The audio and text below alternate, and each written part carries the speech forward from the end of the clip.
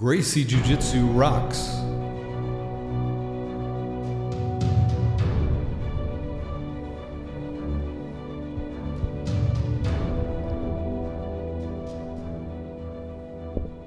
Welcome to the Gracie Jujutsu Rocks podcast, a podcast dedicated to Gracie Jujutsu and all things Gracie, including self-defense, competition, anti-bullying, women's self-defense and empowerment, nutrition, and most especially, the people involved in Gracie Jiu-Jitsu.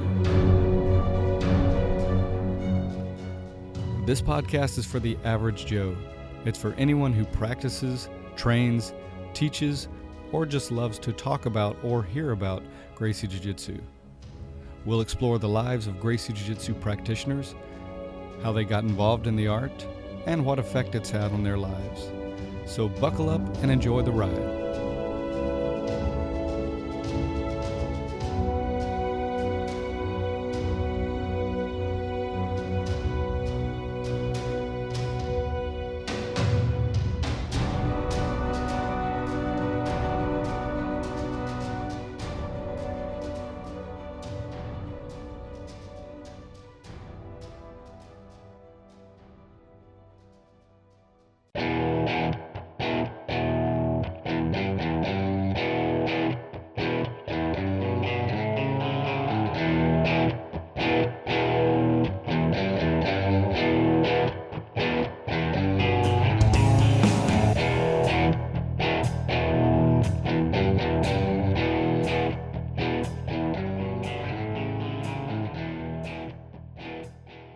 Welcome to episode 1 of the Gracie Jiu-Jitsu Rocks podcast.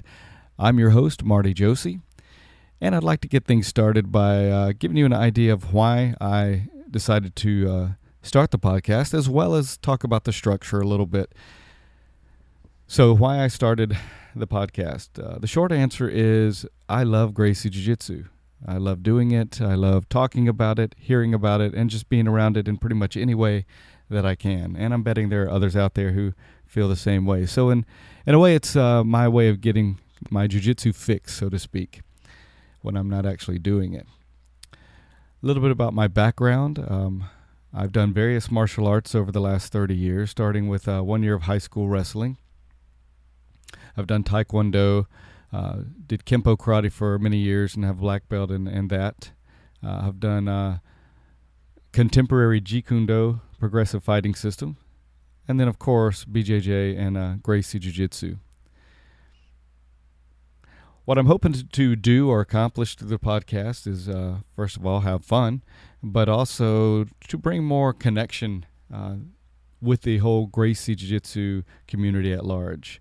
I'm hoping by hearing other people's story, you'll feel more of a connection with them, and then perhaps someday if you meet someone that you've heard on the podcast at a seminar or something, you'll feel like you've already had a connection with them and already knew them. At the beginning, it'll be mostly Gracie Academy affiliated people that I interview, because that's the people I know the most and the best. But I'd also like to branch out at some point and bring in people from other Gracie Jiu-Jitsu organizations like the Hoist Gracie Network, Hickson Gracie's organization, as well as Helson, and any others that would be open to participating.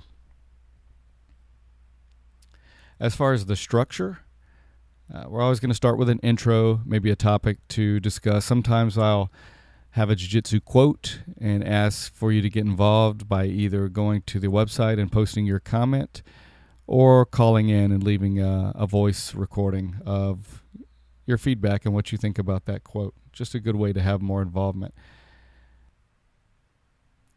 Sometimes there'll be video clips, short video clips that I'll play, and even though you won't be able to see them, I think it'll be something that will be relevant to the conversation, so I may do that as well.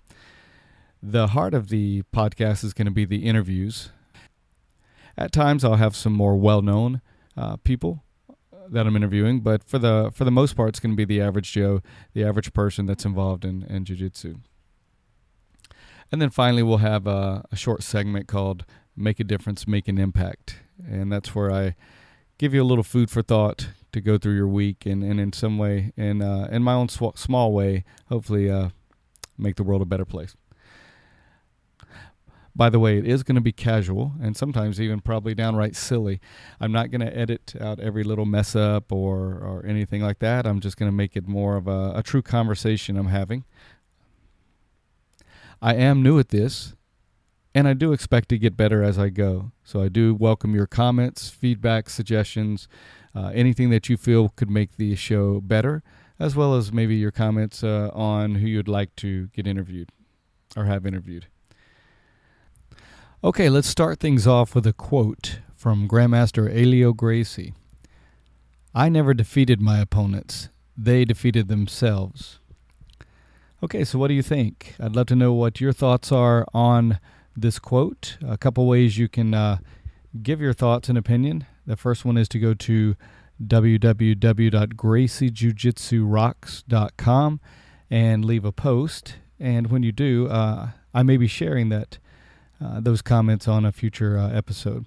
The other way is to call the number 919-251-5053. Again, 919-251-5053. Now, currently that is the number to my school. Eventually, I'll have a separate number for the podcast, but for now, you can leave a voice message. If I answer, you can just say you're trying to leave feedback, and I'll just have you hang up and call right back and leave a voicemail. If I don't answer, just leave a voice message, and I've got it set up to record. Okay, great. Let's move on to our first guest. Today we're going to be talking with Bill Odem, owner and head instructor of Norfolk Karate and Gracie Jiu-Jitsu Norfolk in Norfolk, Virginia. So let's meet him now.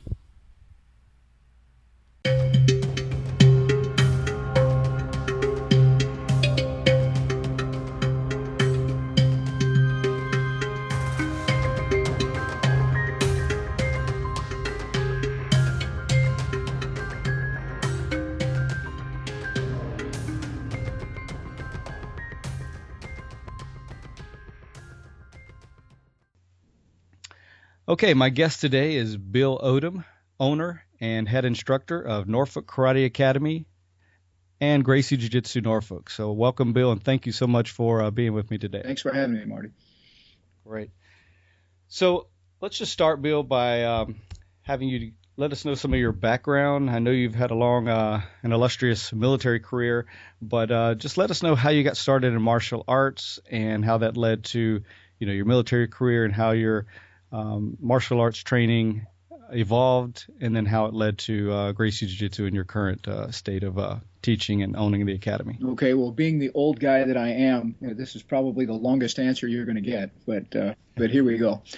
Sure. I had started martial arts training in Thailand back in 1968. Would have been about 10 years old at the time. I hadn't had my 11th birthday yet.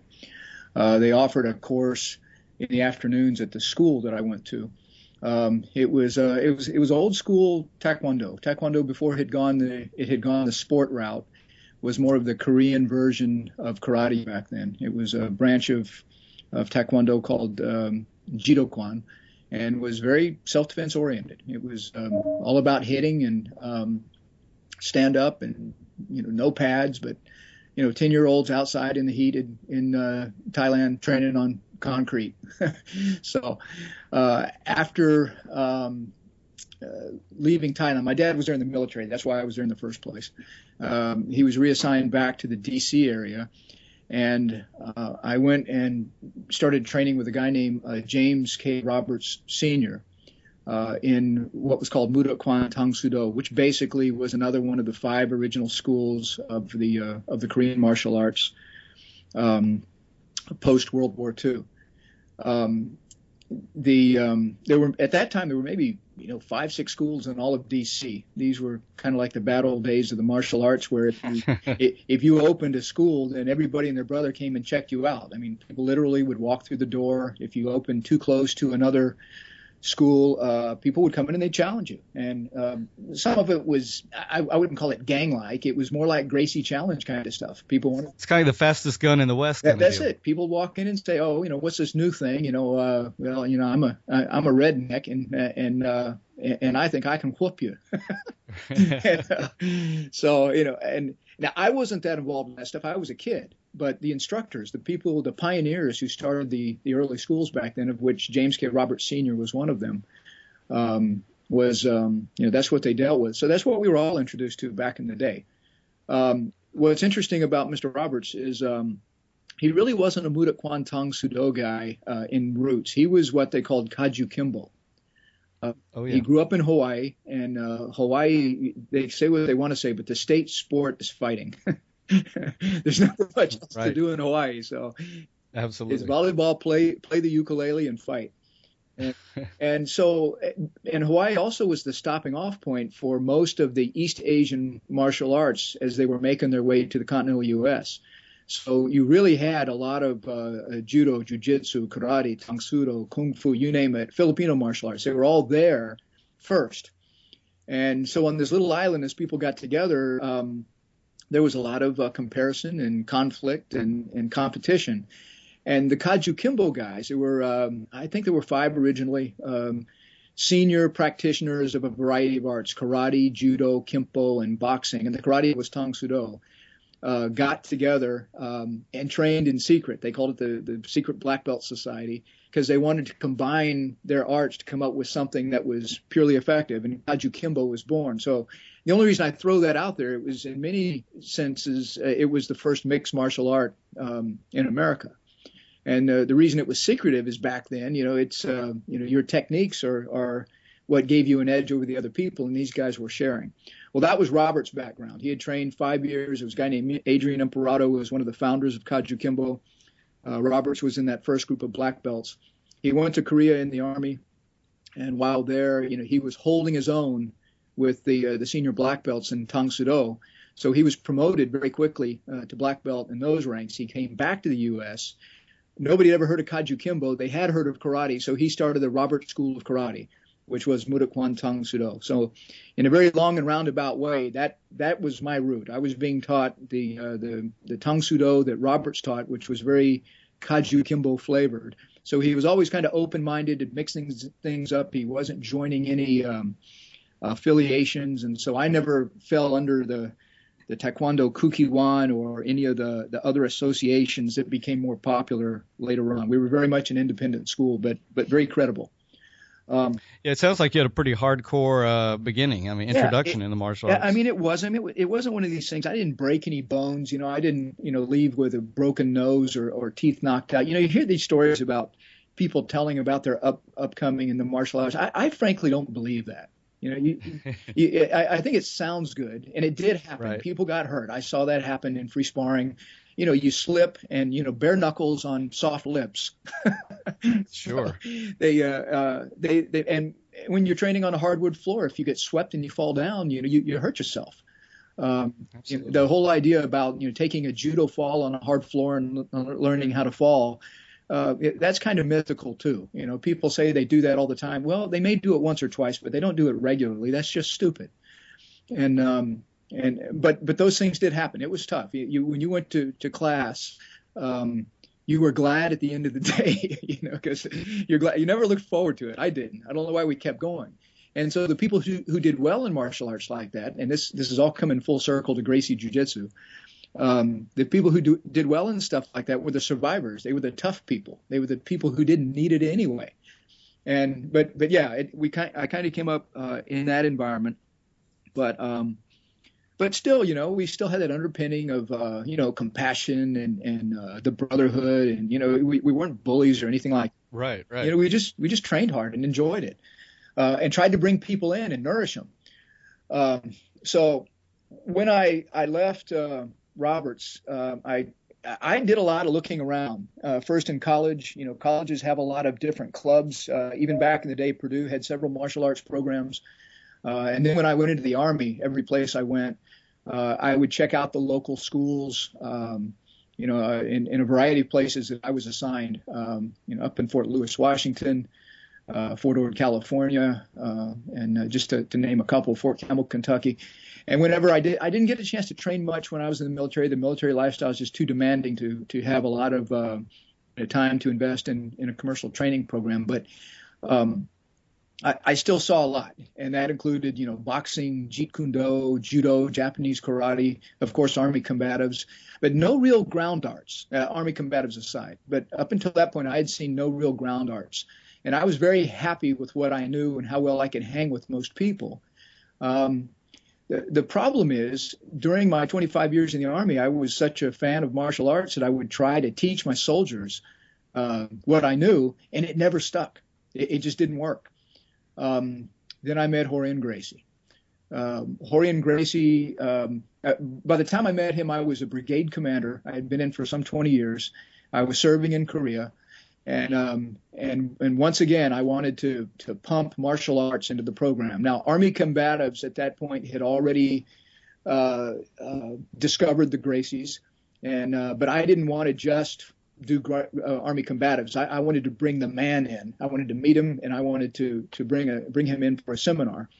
So he did. He came in and did a program that was previously known as Grapple. Now it's known as Gracie Survival Tactics, and basically it was how to make a soldier competent to defend himself in the shortest amount of time possible, which sounds an awful lot like the line for street readiness, shortest amount of time possible, that now applies to, our very well-known Gracie Combatives program.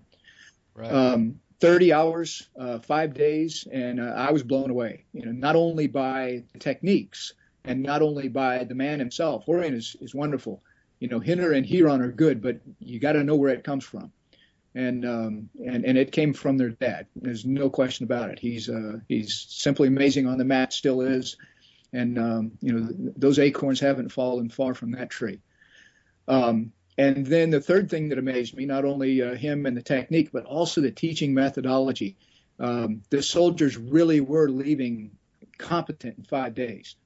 Now, I don't think they were competent to teach. That was my only criticism. It was an instructor training program, and the idea was after those 5 days, they'd be able to pass on what they learned. I didn't see that, and it wasn't until later that the boys began to modify that program to make it 3 days of technique and 2 days of how to teach. But early on, I didn't care about that. I wasn't there to teach others. I was there to learn. So I was just there for a student for 5 days, and I was just running with it. I brought him back 3 more times. So in a 2-year period, I wound up getting these 4 seminars. And in the process of doing these seminars, I would ride with Rorion for an hour and a half, 2 hours to and from the DMZ every day.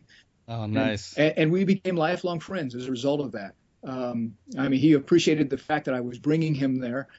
And then when this was in 2000 to 2002, I came back to the United States, to Norfolk, and served in the Joint Forces Command. And during my 2 years there, I continued to train with a couple people on the side. I, tried to keep my, my skills sharp. But I retired in 2004 with the intent of opening a karate school. Did that, the Norfolk Karate Academy. And basically, it was the Tang Soo Do base that I had learned, supplemented with some other stuff I had learned along the way. I learned a little bit from sport. Sport taekwondo is great for kicking. I think it's the best for kicking. I had learned, boxing. When it comes to hands in the pocket, boxers are the man. And then I had also learned some Jeet Kune Do, just the whole Bruce Lee approach to movement and timing, and so I implemented some of those things. Not a whole lot though. I was still teaching a base Tang Soo Do program because it was a structured curriculum that none of those other arts really had. But all of the self-defense was Gracie Jiu-Jitsu that I learned from Rorion and from the self-defense tapes. And before you go further, I got to say, I'm holding in my hand, and you mentioned Korea and you mentioned 2002. I'm holding in my hand the Black Belt magazine from November 2002. It has Frank Shamrock on the front, and in it is an article about the program you were doing then, and it was written by you. Yeah. It says, "Back to the Battlefield, U.S. Army's 2nd Infantry Division adopts the time-tested techniques of Taekwondo by Colonel William O. Odom." And it talks about how you got that whole program started, and it also talks about you bringing the Gracies in at that point. So pretty cool that it's in this magazine, and I still have it. It's cool, but I want to clarify something on that too. Is if I had my way, they would have only done Gracie Jiu-Jitsu. Yeah. But brigade commanders work for 2-star generals. Sure. And he actually had a bigger vision. His vision was, And he was right in doing this. I didn't disagree with it. In fact, my brigade was heavily into the combatives. But his feeling was, look, we're in Korea. And let me just give you a little background on that. When he first came in, this is a guy named Honore. You may remember him from the Hurricane Katrina. He was the 3-star down there that was famous for, grabbing the press by the stack and swivel and saying, hey, look, the press was saying, well, I understand that there's people running around the streets, there's looting, they're shooting at people. And he grabbed them. He said, y'all are stuck on stupid.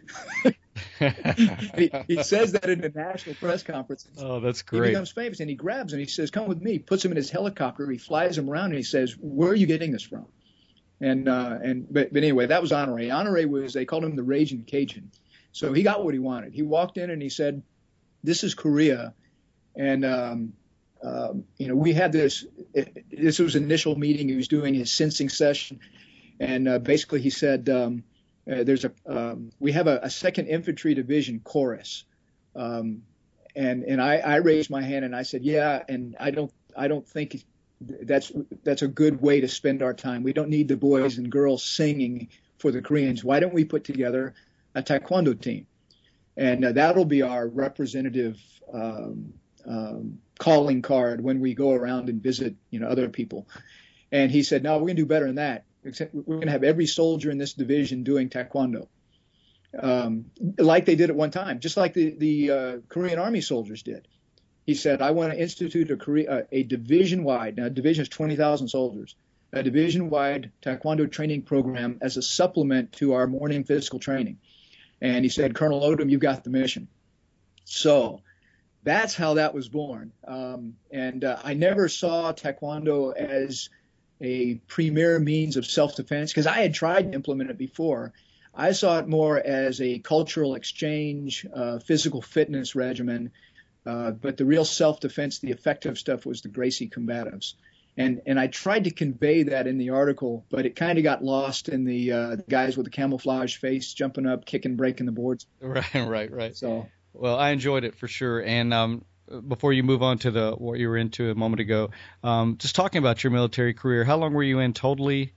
How many years? Yeah, 25 years. I was an infantryman, served a couple of tours in a Ranger battalion, commanded a battalion in the 101st, commanded the brigade in the 2nd Infantry Division.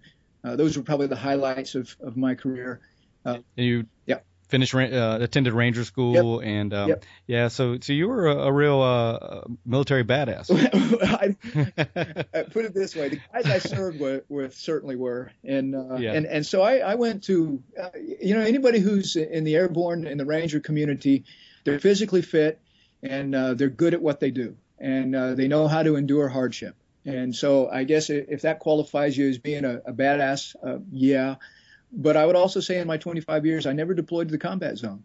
Every unit I was in went down range, but it was just luck of the draw. I missed every freaking single event.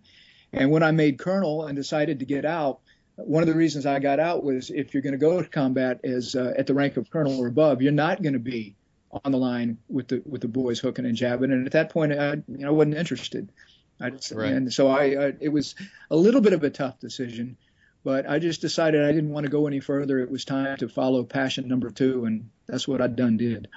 Yeah. Well, combat zone or not, I thank you, and you have my utmost respect for your service to the country and defending our freedom. So thank you. Oh, hey, I appreciate it. I guess back to Jujutsu now. Yes. What happened was I was teaching the Gracie Jiu-Jitsu at my school, and of course I was staying in touch with Horian. I was a white belt, if I was anything. I never wore a white belt because I was always teaching in my karate uniform, teaching the Gracie Jiu-Jitsu as a self-defense complement to the stand-up. But I never claimed to have any rank. I would tell people it was Gracie Jiu-Jitsu, but if it didn't work for them, it was my fault because I wasn't teaching it right. So the bottom line is I was giving all kinds of disclaimers. I was not claiming to be a certified instructor or anything like that. And I told Horian that. And I invited Huron out to come do a seminar one time. All my students were wearing white belts. Huron came out. And I didn't know it at the time, but he went back and he told his dad He said, "Hey, Dad, his students know the self-defense as well or better than the guys at the academy do, because Wow. yeah, because at the academy, the self-defense moves weren't the exciting thing; it was rolling, and we were rolling at Right. my school. We were just doing self-defense, and I didn't know it at the time, but for Horian, that was the most important thing, and that got his attention. And he kind of knew I was going to be like that anyway, because that's all I knew. But they would do 10 minutes of self-defense at the academy. Then they get in a circle, just like in the battle days, and talk about what technique we're going to work on next, and just like everybody else did. We didn't have the structure that we have today, thanks to Henner and Huron. But as a result of that, I was out there one time. I think it was for the signing of the master text. And before class, they were doing the self-defense review, and I was actually, doing it. And Henner grabbed me, said, "Hey, look, help us go around and correct people."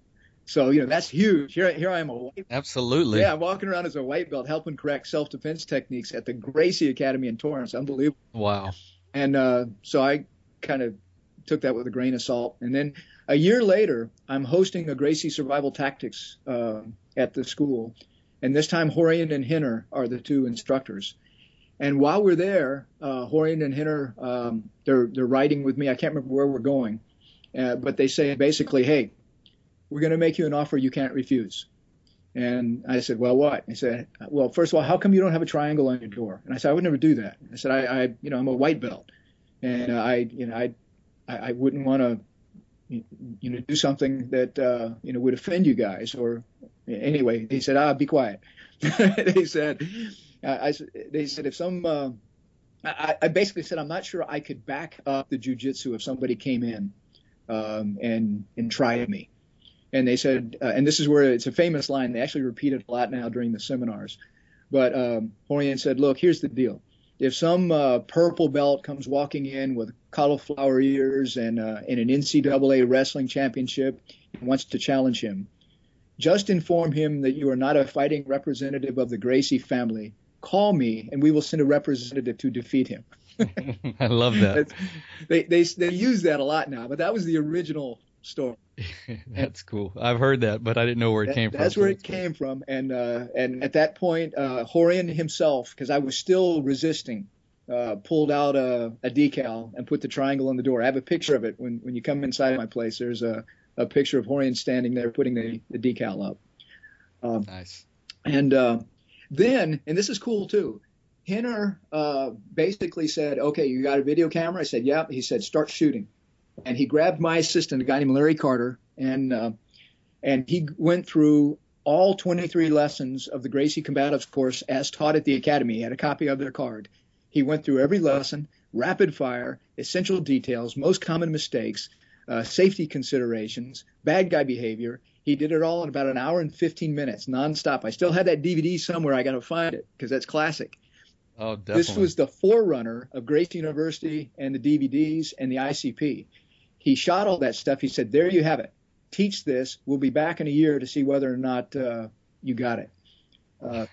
He came back about a year later. He tested 5 or 6 of my students. I can't remember sometimes if I'm in the 6th count. I got to go look at the picture again. I could probably name them, but at least 5. He tested them all, and he said they passed, which meant they were as good as the blue belts they were promoting at the academy. And at that point, the CTC concept had been validated, and the rest is history. Wow, well, that's an awesome story. Yeah, it's very cool. That's really great. That's why when I go around there, sometimes I get a little bit self-conscious, but they'll talk about. I'm used as an example a lot, and I have to admit, I kind of like the notoriety. I kind of grin a little bit. They said, when Bill Odom in Norfolk, and they could talk about anybody, but they'll zero in on me sometimes, and I think they're kind of throwing me a bone, for being the first. But and actually, I'm also sensitive to this. The first was really Chet Shimmerhorn, not to he's the man, but he wasn't a CTC. He was just the first to kind of go it alone and really show that you could be very successful with jiu-jitsu simply by traveling out to the academy on a regular basis, training and returning. But he didn't do anything like we did. Okay. Yeah. Great. Okay, well, let's move on to what's been the most exciting or interesting thing about studying or practicing Gracie Jiu-Jitsu? Okay, this is a short answer. Okay. First, it's rejuvenated my personal growth as a martial artist. I was stagnating with karate. Not that I disliked it, but I wasn't sure where I was going to go with it. And this opened up another path to explore, and it made my karate better. I started liking my karate more because I wasn't second guessing myself anymore about getting my leg caught or knocked to the ground, or right. And then suddenly I said, okay, catch my leg, and it gave me the confidence to throw without the worry of being tied up and put on the ground. Wow, that's big. Yeah, that's very really big. Instead of me taking them down, they take me down. It's all good. We're going to wind up on the ground. Exactly. Wherever it goes, you're good, right? Yes, and that's why I kept my karate, even though some of my peers have chosen not to do that. I've always disagreed with the fact that they did it. And, even one time on one of the ICPs, one of them was saying I couldn't philosophically reconcile the two, so I separated them. And I disagreed with him. And Huron said, I think Bill's right, because now he's using his karate as a second door to bring them to jiu-jitsu. And so I just kind of grinned. Yeah. Hey, the second thing was, in addition to my personal exciting and interesting piece, is teaching. I just love teaching this stuff because it catches so quick and you get such immediate feedback from the students. You don't get that with karate. Karate takes a long time investment, and it's harder to hold people. Absolutely. And I remember visiting your academy. The first seminar I went to with Hiron was at your academy, but I remember I was visiting some friends up in Virginia Beach and got to come just on a Saturday morning and observe your combatives teaching, and it was phenomenal. It was awesome. So keep up the good work. Appreciate it. Yeah. Okay, so how do you manage your time to do jiu-jitsu, and what, if anything, do you or have you had to give up to do jiu-jitsu? The biggest thing, and it really it's not just the jiu-jitsu. Let me just back up by saying, because I run a school, I already invested time into martial arts practice in the evenings and on the weekends. I'm still working a day job, so time is a premium. So where has the bill payer been? On the karate side, I don't train the karate as much. When I have an opportunity, I practice the jiu-jitsu, mostly because I have to hone those skills if I'm going to be teaching it. And second, I like it. It's easier on my body. And the other thing that has paid that I've paid a price on is my own physical training. I used to run a lot, and I was never a big weightlifter, but I do some resistance training. And I don't do that as often. There's just not enough time in the day, and I guess I lack the discipline or the energy to go that extra mile to get it in. So. No, I can certainly relate to that. If we had unlimited time, there'd be so much we could do, Yeah. But you have to pick and choose what's the biggest priority and what you want to do. Absolutely. Certainly. What about the time off the mat? What's your favorite activity or hobby? Well, it's if you have extra time to do anything. Well, I still like running. I don't do it so much for fitness as I do for it's just an aerobic release. I'm not fast, but I just go out and I try to go for about 40 minutes and just put one foot in front of the other. If I can get in 3 times a week, I'm happy. Have not done that in the last 2 weeks. It's just been cold. Well, you know the deal. You've been getting hit by this weather too. Oh yeah, big time. I really like gardening too. Not flowers and all that stuff. I like growing vegetables. I think that goes back to that old Ranger self-sufficiency thing. Oh, yeah. And then finally, and this is a good thing, I really like running the business. I like growing and managing all aspects of the business: instructor development, curriculum design, supporting the Gracie Academy, enrollment, advertising, even the facilities maintenance. It's I love what I'm doing in that aspect of it. If the government job that I currently have wasn't so good, I'd walk away from it and I'd do this full time. I told myself I'd do that when I hit about 200 students, and I still haven't. So. But you're on your way, right? Yeah, I'm not sure when. The problem now is at age 56, I'm thinking, why not do it for 6 more years and draw retirement? So it's a tough call. Yeah, and as fast as time goes by, hey, that'll be here before you know it. And it just goes faster. Faster every year, my friend. Yep. Okay, so tell me, if there was one person, living or deceased, that you could train with in any art, who would that be? All right, I keep cheating on you because you gave me a heads up on this question. I've actually been thinking about it. I broke it into 2 categories and then broke it into 2 more. Dead. That's cool. Dad, Gracie Jiu-Jitsu, got to be Elio Gracie. I've been touched by him, but I would actually like to train with him and see and feel what I hear so much about. On the karate side of the house, either Gichin Funakoshi, I'm not a Japanese karate guy, but Gichin Funakoshi was the guy who put Shotokan karate on the map. He took it from Okinawa to Japan. And for him to be able to walk into Japan and put karate on the art, which was not a Japanese art, they were into everything but karate. And for him to be able to do that, he must have had some pretty good skills himself, because he got challenged. Yeah. And then definitely. Likewise, the founder of my current art, Tang Sudo, Korean karate, Hwang Gi, also is known as a guy. Living, Horin or any one of his sons, that's pretty easy. There's a lot of good guys out there, but I never have a better instructional experience with anyone than with Horin or his sons. They just, why waste my time with anybody else's variety when I can get the best from the best? And then finally, on the karate side of the house, I think I'd like to train with Lyoto Machida now. That would be great. Yeah.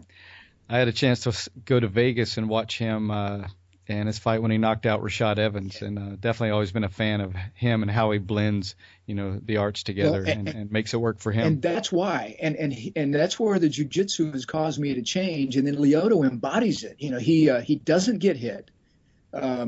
He doesn't take one to give one. He fights like a karate guy. A lot of the karate guys fight like kickboxers. That's true. Or they're ground and pound guys. Even if they have good karate background, like Georges St. Pierre, he still shoots in, holds them down, and pounds them. Lyoto Machida survives on the ground, although he's got to the point now from training with Henner that he is a jiu-jitsu black belt, make no mistake. But he fights very much like a karate guy first, and then uses the jiu-jitsu to fill in the gaps when he has to. So he's cool. Absolutely. I would definitely welcome the opportunity to train with him as well. All right. Do you follow the Gracie diet or any other specific nutritional program? Yes and no. That's a tough question. Yes, I follow it because I think the principles are great. I don't follow it strictly. I will violate it from time to time. But the reason I say no is Horin will tell you, and I don't want to undermine what he says here, because everything he says is right, but he kind of saves this. Horin will tell you that the diet is wonderful for its nutritional value, but he downplays one aspect of it that he says is the most important at all, and that's the discipline to follow it. He says that for him, simply the discipline of following the diet has been key to his lifestyle and success. So the nutritional value is great, but conditioning himself to follow it without wavering has also been good. So when I say yes, if you're not following it strictly, then you're missing out that very important piece of it. So I'm getting much of the nutritional value. And the reason I don't worry about the discipline side is I think I'm disciplined enough, and I get it from other aspects of my life, that I don't need the diet to do that for me. But for him, that was just a very interesting observation. It is very interesting, it's very true. Giving him the ability to say no and to make the right choices because he does it every day in his lifestyle to sidestep temptation. He practices it every day with his diet. Awesome. And you mentioned your garden, and I just thought of this with the Gracie diet question. I know I've seen either pictures or a video. I think it was a video of you showing your garden and how well it was doing. You had something, I forget what it was, but it was some huge. I think it was Henner picking a cantaloupe. I think that's what it was, yeah. But it was pretty cool. Okay, this leads us to what's the most important thing or aspect of Gracie Jiu-Jitsu to you, and how has your life been affected by practicing and teaching it? Yeah, I think this kind of goes back to the earlier answer I gave you. The most important thing for me is that it has rejuvenated my personal growth as a martial artist. It kind of gave me a new lease on life in that respect. And then related to that, it's opened a lot of doors. I mean, you and I are talking today because of Gracie Jiu-Jitsu. Absolutely. And, Gracie Jiu-Jitsu is an international phenomenon now, and I'm just honored to be part of it. Great answer. Okay. Do you have a favorite quote or motto that inspires you or that you live by? Well, two. One is actually my school motto. It's beyond the mountain is another mountain. And, the sentiment there simply means that it never ends. It's the concept of perseverance. You never stop growing. And it can work against you sometimes because then as you keep walking up one mountain and finding another, at some point you got to stop and admire the view. So you got to find some balance. But ultimately, I have to say, certainly that drives me. As soon as one thing's done, I'm looking for another. And then another quote is that's related to that. It's Groucho Marx. I wouldn't want to be a member of any club that would have me. That's good. I like the humility that goes with that. And I like that a lot. Yeah. But I also like the first one because it speaks to or it touches my sense of there's always something else to accomplish, to strive for, to go for, but also, like you said, you also have to stop and have those moments or times where you're appreciating what is and what you've done and where you're at. So yeah, and I'm not. It's good. The balance. Yeah, balance is hard to find, and that's when you're a Type A person. You got to be careful. You can drag down people around you when you're charging that hard. Right. Well, balance is something we none of us are perfect at it, but we're all hopefully getting better day by day. Right. Yeah. Okay, so if you had one thing to tell someone who's considering starting Gracie Jiu-Jitsu, what would that be, Bill? Basically, what are you waiting for? But I would caveat that and say, if you find it's not for you, don't worry about it. Just do something that makes you happy and healthy. But Gracie Jiu-Jitsu is it works more often than not. Yep, absolutely. Okay, anything else you'd like to share? Any other thoughts or anything? Before we close. No, I appreciate the opportunity to share my views on this amazing martial art, and glad to have you as part of the family. Well, same here, and I very much appreciate your time and you being with us and sharing your insight and helping us or letting us get to know you better. It leads to more of a connection throughout the whole Gracie community, so I do appreciate it. If you want to hear more or learn more about Bill and Norfolk Karate Academy, you can go to www.norfolkkarate.com.